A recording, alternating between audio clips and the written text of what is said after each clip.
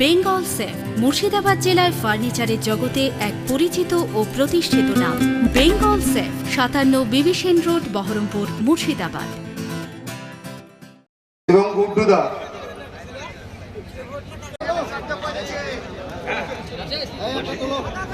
কিন্তু তৃণমূলের নেতারা প্রত্যেক বছরে ফুটবলে খেলা কি হবে?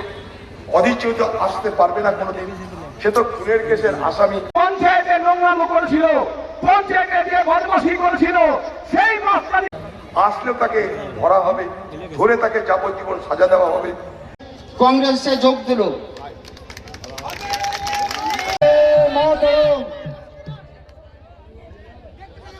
নবগ্রাম পশ্চিম ব্লক কংগ্রেসের সভাপতি। আমার সমর্থনে এটা ঠিক কথা, কিন্তু অধীরদার এটা পুরনো জায়গা। নবগ্রাম তার রাজনীতিক জন্ম বললেই চলে। তো সেই জায়গায় এসে আমার জন্য যে আমার নেতা সভা করছে, নবগ্রাম মানুষের কাছে ভোটের আবেদন জানালো।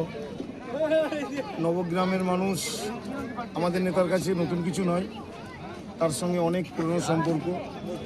এবং আমারও এই নবগ্রামের যুব সমাজ যারা আছে, হয়তো আমার সিনিয়র নেতৃত্ব যারা পার্টিটা করে তারা চেনে জানে, সাধারণ মানুষ হয়তো খুব কমই আমাকে চিনবে, কিন্তু যুব সমাজ বর্তমান যারা আছে তারা খুব ভালোভাবেই আমার ব্যাপারে ওয়াকিবুল, মানে খুব ভালোভাবেই জানে আমার ব্যাপারটা।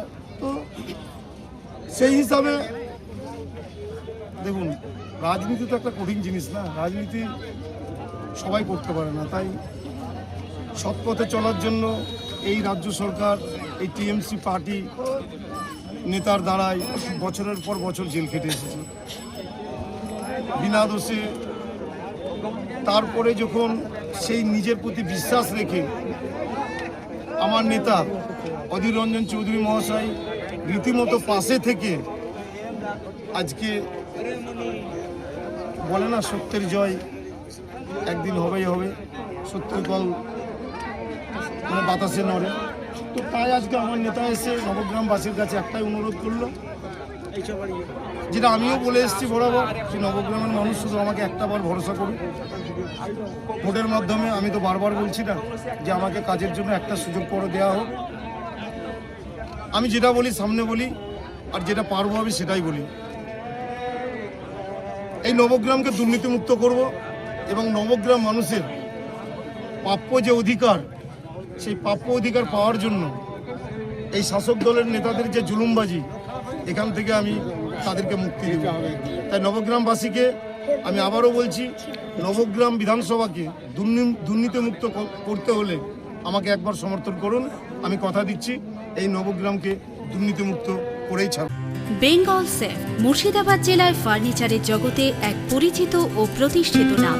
বেঙ্গল সেফ 57 বিবি সেন রোড, বহরমপুর, মুর্শিদাবাদ।